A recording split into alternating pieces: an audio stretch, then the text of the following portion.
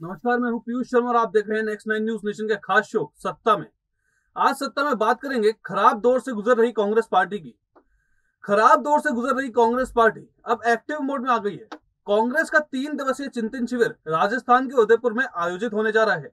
वहीं दूसरी तरफ राष्ट्रीय राजधानी दिल्ली में कांग्रेस मुख्यालय में कांग्रेस कार्य समिति की बैठक चल रही है। सोनिया गांधी की अध्यक्षता में हो रही इस बैठक में कांग्रेस के पूर्व अध्यक्ष राहुल गांधी भी मौजूद होंगे। उदयपुर में 13 से 15 मई तक कांग्रेस का चिंतन शिविर होना है। इसमें इन सभी प्रस्तावों को पेश किया जाएगा। 2024 के आम चुनावों से पहले पार्टी उन सभी पेचों को कस लेना चाहती है जहां कोई भी ढिलाई नजर आ रही है। इसी के तहत उसने पंजाब, हरियाणा, हिमाचल प्रदेश और मध्य प्रदेश में नए प्रदेश अध्यक्षों की नियुक्ति की है। इसके अलावा यूपी और बिहार जैसे राज्यों के लिए भी प्लानिंग करने में जुटी हुई है। यही नहीं, राजस्थान और छत्तीसगढ़ पर भी पार्टी की नजर है, जहां इसी साल के अंत तक चुनाव होने वाले हैं। इस चिंतन शिविर में 400 पार्टी नेता शामिल होंगे और क्या क्या होगा आने वाले दिनों में कांग्रेस में जानने के लिए देखते रहिए हमारी एक खास रिपोर्ट। जनता का विश्वास जीतेगी कांग्रेस। कांग्रेस की इस समय चुनावों में लगातार हार, एक के बाद एक सत्ता से दूरी, आपसी गुटबाजी, संगठन में असंतोष और बगावत का सामना कर रही है। इन मुश्किलों के देश के सबसे पुरानी पार्टी के शीर्ष नेतृत्व के माथे पर चिंता की लकीरें डाल दी है। कांग्रेस के सामने सबसे बड़ी दिक्कत है कि वह अपनी ऊर्जा अपना घर ठीक करने में लगाए या विरोधी से निपटने और उनके खिलाफ जमीन पर कारगर लड़ाई करने में लगाए। इन्हीं तमाम मुद्दे पर चिंतन और मनन करने के लिए कांग्रेस आला कमान ने 13 से 15 मई तक राजस्थान के उदयपुर में 3 दिन का नव संकल्प चिंतन शिविर करने का फैसला किया है, जिसमें 2024 के आम चुनावों सहित आगामी असेंबली चुनाव को लेकर पार्टी की रणनीति पर भी मंथन होगा। इसमें पार्टी के सभी सांसदों, तमाम विधायकों, प्रदेश के अहम नेताओं और पदाधिकारियों से लेकर फ्रंट इकाइयों तक के प्रमुख नेताओं को बुलाया गया है।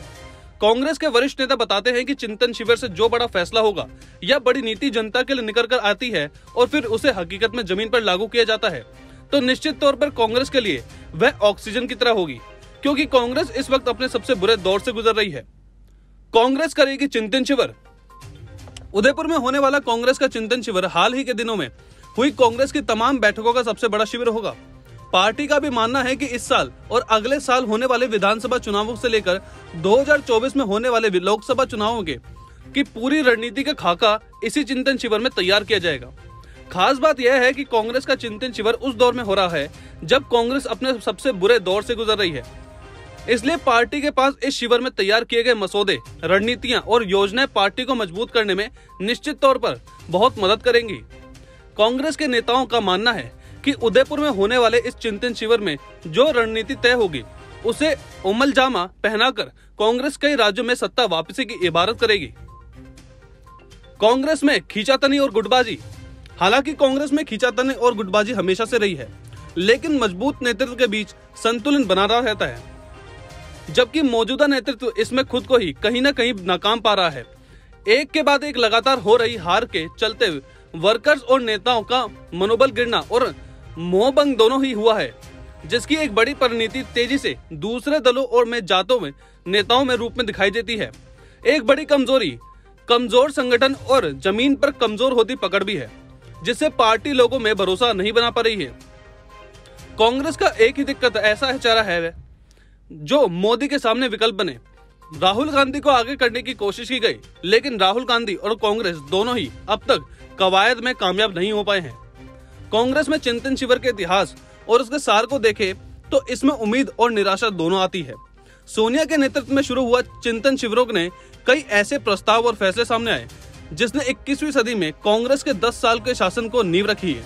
उदयपुर में हो रहे नव संकल्प चिंतन शिविर में 6 अलग अलग विषयों पर राजनीतिक, सामाजिक न्याय, सशक्तिकरण, इकोनॉमी, संगठन, किसान और कृषि और युवा सशक्तिकरण पर मंथन होगा। कांग्रेस अगर मंथन से निकले निचोड़ों पर ईमानदारी से काम करे तो राह निकाल सकती है। राहुल गांधी मंगलवार को गुजरात दौरे पर।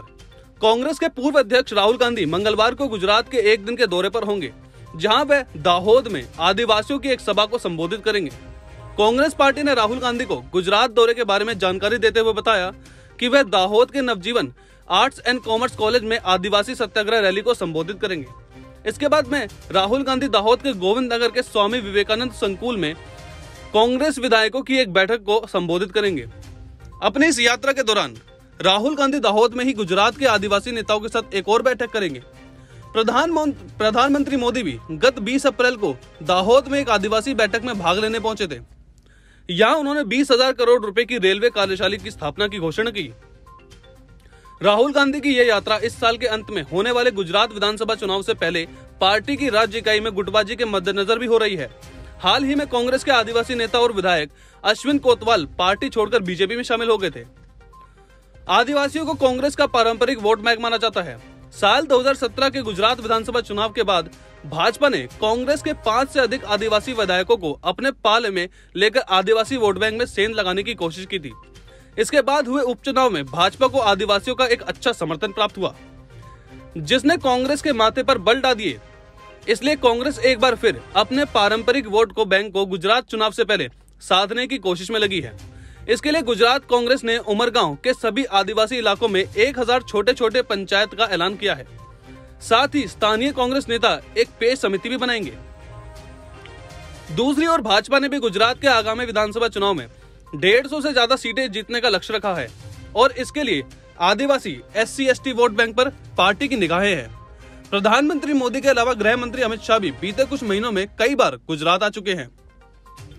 आपको बता दें कि आम आदमी पार्टी भी गुजरात विधानसभा चुनाव लड़ने में का ऐलान किया है। आम आदमी पार्टी के राष्ट्रीय संयोजक अरविंद केजरीवाल ने हाल ही में आदिवासियों के समर्थन में एक रैली भी की थी। इस रैली में आप और छोटू भाई वासवा की पार्टी BTP ने आगामी विधानसभा चुनाव के लिए गठबंधन का ऐलान किया था। BTP यानी भारतीय ट्राइबल पार्टी को आदिवासियों की पार्टी माना जाता है। कांग्रेस के वरिष्ठ नेता अधीर रंजन चौधरी ने जानकारी दी कि कांग्रेस की अंतरिम अध्यक्ष सोनिया गांधी अपने परिवार के सदस्यों के साथ पार्टी के लिए बलिदान देने को तैयार हैं, लेकिन हम सभी को ने इसे खारिज कर दिया। एक बड़े चैनल को इंटरव्यू देते हुए अधीर रंजन चौधरी ने कहा कि कांग्रेस की बैठक में पार्टी का शीर्ष नेतृत्व इस्तीफे की पेशकश करेगा, जिसकी पुष्टि बाद में कांग्रेस नेता अधीर रंजन चौधरी ने की थी। कांग्रेस की अगुवाई में करती रहेंगी सोनिया गांधी। कांग्रेस ने कहा कि CWC की बैठक में सर्वसम्मति से फैसला किया जाएगा कि सोनिया गांधी ही पार्टी की अगुवाई करेगी। इसलिए पार्टी उनके नेतृत्व में अपने विश्वास की पुष्टि करती है और कांग्रेस अध्यक्ष से आगे बढ़कर नेतृत्व करने, संगठनात्मक कमजोरियों को दूर करने, राजनीतिक चुनौतियों का सामना करने के लिए आवश्यक और व्यापक संगठनात्मक परिवर्तनों को प्रभावित करने का अनुरोध करती है। कांग्रेस वर्किंग कमेटी की बैठक के बाद पार्टी ने यह भी कहा कि वह संसद का बजट सत्र समाप्त होने के बाद संगठनात्मक चुनावों पर ध्यान केंद्रित करने के लिए चिंतन शिविर आयोजित करेगी, जिसमें कई अहम मसलों पर चर्चा की जाएगी। एक जानकारी के मुताबिक बैठक में 50 से अधिक नेताओं ने भाग लिया। यह संख्या उन 5 राज्यों के कांग्रेस के विधायकों और सांसदों की संयुक्त संख्या से अधिक है जहां चुनाव हुए थे, जिनमें उत्तर प्रदेश, गोवा, उत्तराखंड, मणिपुर और पंजाब शामिल है। G23 से केवल 3 सदस्य पहुंचे। कांग्रेस की हार के बाद सोनिया गांधी को एक पत्र लिखे गए। एक पत्र में संगठनात्मक परिवर्तनों और एक जवाबदेह नेतृत्व की मांग फिर से जोर पकड़ रही थी। आपको बता दें कि पहली बार 2 साल पहले 23 असंतुष्ट नेताओं ने अपनी बात रखी थी, जिसके बाद वे G23 के नाम से भी पहचाना गया। इस बार कांग्रेस के 5 राज्यों में हार का सामना करना पड़ा। नतीजतन पार्टी के श्रेष्ठ नेतृत्व पर भी चर्चा होने लगी। खासकर पंजाब की हार के बाद राहुल गांधी और उनकी बहन प्रियंका गांधी वाड्रा के फैसलों को माना जा रहा है। CWC में G23 से केवल 3 सदस्य पहुंचे, जिनमें आनंद शर्मा, गुलाब नबी आजाद और मुकुल वासनिक शामिल हैं। सूत्रों ने कहा है कि आनंद शर्मा और गुलाब नबी आजाद ने बैठक में खुलकर अपनी बात रखी थी। राहुल गांधी को कांग्रेस अध्यक्ष होना चाहिए। राजस्थान के मुख्यमंत्री अशोक गहलोत ने कहा कि राहुल गांधी को कांग्रेस अध्यक्ष होना चाहिए। उन्होंने समाचार एजेंसी ANI को बात बताया कि पिछले 3 दशकों से गांधी परिवार से कोई भी PM या मंत्री नहीं बना। यह समझना महत्वपूर्ण है कि गांधी परिवार कांग्रेस की एकता के लिए जरूरी है। इस बार कांग्रेस ने न केवल पंजाब में सत्ता गंवाई, वहीं गोवा, मणिपुर में भी उसे हार झेलनी पड़ी, जबकि इस वक्त इन सभी राज्यों में कांग्रेस का दबदबा था। उत्तर प्रदेश में उसने केवल 2 सीट जीती और उसका वोट प्रतिशत घटकर केवल 2.5% ही रह गया। विधानसभा चुनाव में करारी शिकस्त झेलने के बाद कांग्रेस कार्य समिति की बैठक में कई मसलों पर बातचीत हुई। बैठक से पहले कहा जा रहा था कि कांग्रेस के कई असंतुष्ट धड़े के नेताओं ने संगठनिक बदलाव की मांग की है। लगातार हार का सामना कर रही कांग्रेस पार्टी इन दिनों अपने अस्तित्व का काम कर रही है। साल के अंत में हिमाचल और गुजरात में चुनाव होने हैं और अभी से गुजरात कांग्रेस में गर्मा गर्मी का माहौल भी बना हुआ है। ऐसे में कांग्रेस के शीर्ष नेतृत्व को जल्द से इस पर कोई कड़ा फैसला लेना होगा। फिलहाल सत्ता में इतना ही। आप देखते रहिए नेक्स्ट 9 न्यूज नेशन।